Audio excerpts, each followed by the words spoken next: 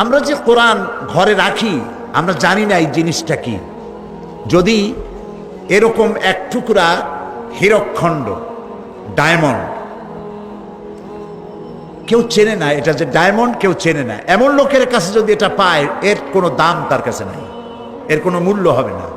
কিন্তু যে চেনে সে তো এটার জন্য তার বাড়ি ঘর জমি জমা সব বিক্রি করবে, জানটা দিয়ে ওইটাকে নিতে চেষ্টা করবে। যেহেতু এইটাকে কিনতে গেলে, এই ওজনের একটা ডায়মন্ড কিনতে গেলে কয়েক বিলিয়ন ডলারের প্রয়োজন হবে, এই ওজনের একটা ডায়মন্ড কিনতে গেলে। আমাদের ঘরের মধ্যে আল্লাহ রাব্বুল আলামিন ডায়মন্ডের চাইতে, রূপার চাইতে, স্বর্ণের চাইতে, হীরকখণ্ডের চাইতে, আকাশ এবং জমিনের চাইতে সব থেকে মূল্যবান একখানা কিতাব দিয়েছিলেন, যার নাম কোরআন শরীফ। কপাল পোড়া আমরা এই কোরআনকে চিনলাম না, বুঝলাম না, খালি চুমাই খাইলাম, মাথায় লাগালাম, বুঝলাম না কি এর উপরে চুমা খাইলাম, এটা কি। এই কোরআনের কাছে যখন মানুষ আসে বোঝার জন্য, কোরআনের কাছে যখন আসে, কোরআন, আমি কথাগুলি আরো বলেছি, যদি জিরো আসে কোরআন হিরো বানায় দেয়, আর হিরোরা এসে যদি বেয়াদবি করে আল্লাহ জিরো বানাইয়া জেলখানায় ঢুকায় দেয়, ঠিক না? এ হচ্ছে সেই কোরআন শরীফ। বুঝতে চেষ্টা করি নেই, সবার বাড়ি কোরআন শরীফ আছে। আমি যদি এখন প্রশ্ন করি কার বাড়িতে কোরআন শরীফ নাই, হাত তুলে দেখান। হাত কি উঠবে একখানো? হাত কি একখানো উঠবে? উঠবে না। কিন্তু যদি জিজ্ঞেস করি সূরা ফাতিহার অর্থ কি, কে কে জানেন? হাত তোলেন। হাত কি তখন বেশি উঠবে না কম উঠবে? সেই জন্য হাত উঠাইতে বললাম না। কোরআন এসেছিল বোঝার জন্য, বুঝি নেই। একটুখানি যদি চিন্তা করি যে ওমর রাদিয়াল্লাহু তাআলা আনহু কত বড় জাহিল, কত বড় মূর্খ হইলে পরে আল্লাহর নবীরে হত্যা করতে আসছে। আরে সেই হযরত ওমর যখন কোরআন তেলাওয়াত শুনলেন, বিষে ধরলো, এমন ধরলো, আর তার মাকাম আল্লাহ এমন জায়গায় পৌঁছায় দিলেন, নবী করিম সাল্লাল্লাহু আলাইহি ওয়াসাল্লাম বললেন, লা নবিয়্যা বাদি ওয়ালা রাসূলা, আমার পরে নবীও হবে না, রাসূলও হবে না। তবে একটি কথা আছে, আমার পরে যদি আল্লাহ নবী কাউকে বানাতেন লাকানা ওমর, ওমর নবী হয়ে যাইতেন। সুবহানাল্লাহ কইতে ইচ্ছা করে না? কোথার থেকে কোথায় চলে গেছে। হযরত ওমর রাদিয়াল্লাহু তাআলা আনহুর এই ব্যাপারটি এই মাহফিলে আমি আরো একবার বলেছিলাম, আজকে আবার স্মরণের জন্য বলি। তিনি আমিরুল মুমিনিন, খলিফাতুল মুসলিমিন, দেশ পরিচালনা করছেন, দ্বিতীয় খলিফা। হযরত আলী রাদিয়াল্লাহু তাআলা আনহু তিনি রাতের বেলায় স্বপ্ন দেখছেন যেন তিনি মসজিদে নববীতে নবী করিম সাল্লাল্লাহু আলাইহি সাল্লামের পেছনে তার ইমামতিতে নামাজ আদায় করছেন। স্বপ্ন।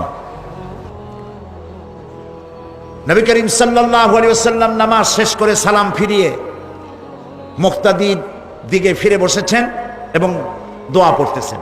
হযরত আলী মাসনুন দোয়াগুলি পড়ে বেরিয়ে গেছেন। মসজিদের দরজা থেকে বেরিয়ে গিয়ে দেখেন এক বুড়ি দাঁড়ানো, হাতে একটা পাত্র।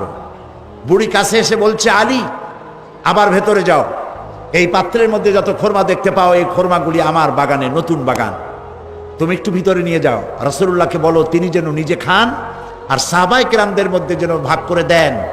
রাসূলুল্লাহ আমার বাগানের খোরমায় হাত দিলে আমার বাগানে খোরমায় আল্লাহ বরকত দিবে। হযরত আলী ভিতরে চলে গেলেন, নবী করিম সাল্লাল্লাহু আলাইহি ওয়াসাল্লামকে ঘটনা শোনালেন।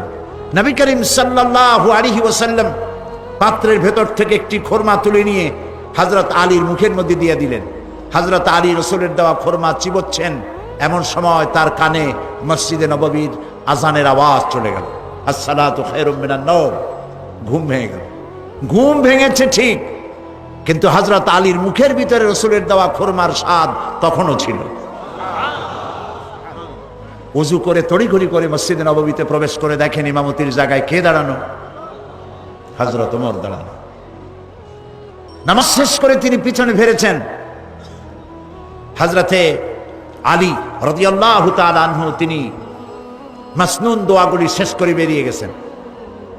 দরজা থেকে বেরিয়ে দেখেন এক বুড়ি, হাতে এক পাত্র।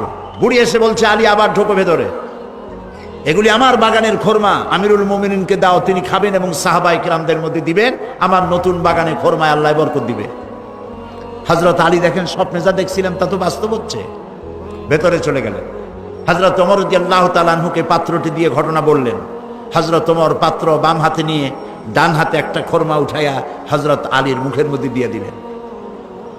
হযরত আলী খোরমা খেতে গিয়ে দেখলেন অন্যান্য খোরমার চাইতে এটা তো স্বাদ খুবই ভালো। তিনি বললেন, ইয়া ওমর জিদনি তামরাতান উখরা, তুমি আমারে আরেকটা খোরমা দাও, খুব মজা লাগতেছে, আমারে যদি দুই একটা বেশি দাও কারো ভাগে কম পড়বে না, পাত্র ভরা খোরমা দাও না একটা বেশি। হযরত ওমর রাদিয়াল্লাহু তাআলা আনহু বললেন, ইয়া আলী লাউ আন্না রাসূলুল্লাহ সাল্লাল্লাহু আলাইহি ওয়াসাল্লাম যাদাক লাজিদনাক। হে আলী, স্বপ্নের ভিতরে রাসূলুল্লাহ যদি তোমার একটার বেশি খোরমা দিতেন আমিও তোমার একটার বেশি খোরমা দিতাম। হযরত আলীর চোখ এত বড় হয়ে গেছে, কয় কি স্বপ্নে দেখলাম আমি? হযরত আলী বলছেন, ইয়া ওমর আমহিয়া রুইয়া রাআইতাহা আমহিয়া গায়বুন আমিত্তালাত আলাই। হে ওমর, এটা কি স্বপ্ন যা তুমি স্বপ্ন দেখে আমাকে বলছো, না গায়ব থেকে তোমাকে জানানো হয়েছে? তুমি কেমনে জানলে যে রাসূলুল্লাহ স্বপ্নে আমার একটা খোরমা দিয়েছিলেন? হযরত ওমর রাদিয়াল্লাহু তাআলা আনহু বলছেন, ওয়াল্লাহি মা হিয়া রুইয়া ওয়ালা গায়ব। হে আলী, আল্লাহর কসম, এটা স্বপ্নও নয়, এটা গায়েব থেকেও আমাকে জানানো হয়নি। মূল বিষয়টা হলো ওয়ালাকিন্নাল মুমিনা ইযা আখলাসা কলবাহু ইয়ারা বিনুরিল্লাহ।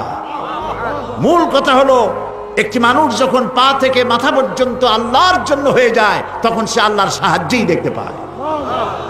হযরত ওমর রাদিয়াল্লাহু তাআলা আনহু কোথায় ছিলেন আর আল্লাহ তাকে কোথায় উঠায় দিলেন? এই কোরআনের বরকতে। সুবহানাল্লাহ বলুন। এই কোরআনের বরকতে। সেই কোরআন আমাদের প্রত্যেকের ঘরে আছে, কিন্তু কোরআন থেকে কিছুই নিতে পারলাম না। আরে কিছুই নিতে পারলাম না।